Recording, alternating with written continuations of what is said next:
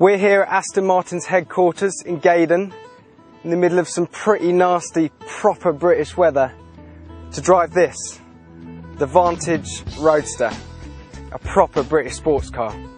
And let's be honest, beside Angelina Jolie taking a shower, it's pretty much the best looking thing on the face of this planet. Now, anoraks out there might have noticed this isn't actually the standard car. This is the N400, the harder, faster, stronger, updated edition on the original. If you want to impress your mates, there's a few giveaways on the outside, reprofiled seals down here, lightweight alloys, there's clear DBS style rear lights, and even a naff little Nürburgring badge on the back. Okay, the first thing you notice when you get inside here is that you can't actually see the outside of the car, which is upsetting me a little bit, but luckily the interior is just as good. For this N400 edition, you get a bit of fancy aluminium trim here, a little bit more tacky Nürburgring stitching. You get perforated leather on your seats, but apart from that, it's pretty standard. But let's be honest, there's only one thing that really matters, and it's that big crystal button in the middle of the dashboard that says start.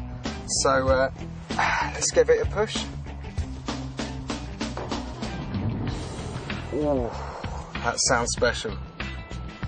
Yeah, they've also uprated the suspension in this car, which has sort of dealt with a few of the problems with the standard car. Power's up to 400 brake horsepower, torque is up to 420 newton meters, 0 to 60 4.9 seconds. It should be quick, it sounds good on paper, but let's go and give it a try ourselves.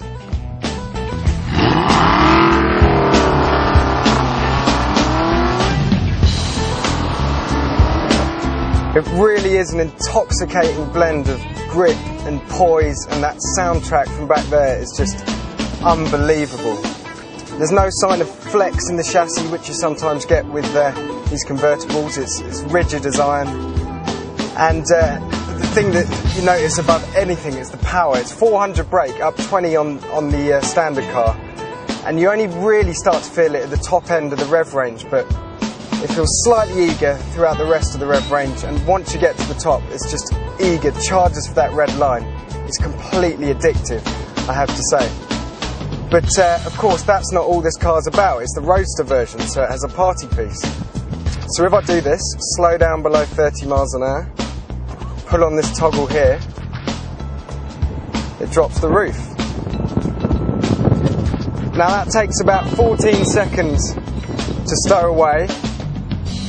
And you know, a lot of people would say, well, why would you bother getting the Roadster version? Why not get the coupe? It's more of a driver's car. Well, it's not all about posing. The truth is, once that roof is down, you've got front row seats to the V8 soundtrack, and it is something to behold. It's an assault on the senses, and I think I've died and gone to heaven. You've got 102 grand burning a hole in your pocket, and you fancy one of these, you better be quick. They're only going to build 240 each of the coupe and the Roadster versions. So what do we think overall?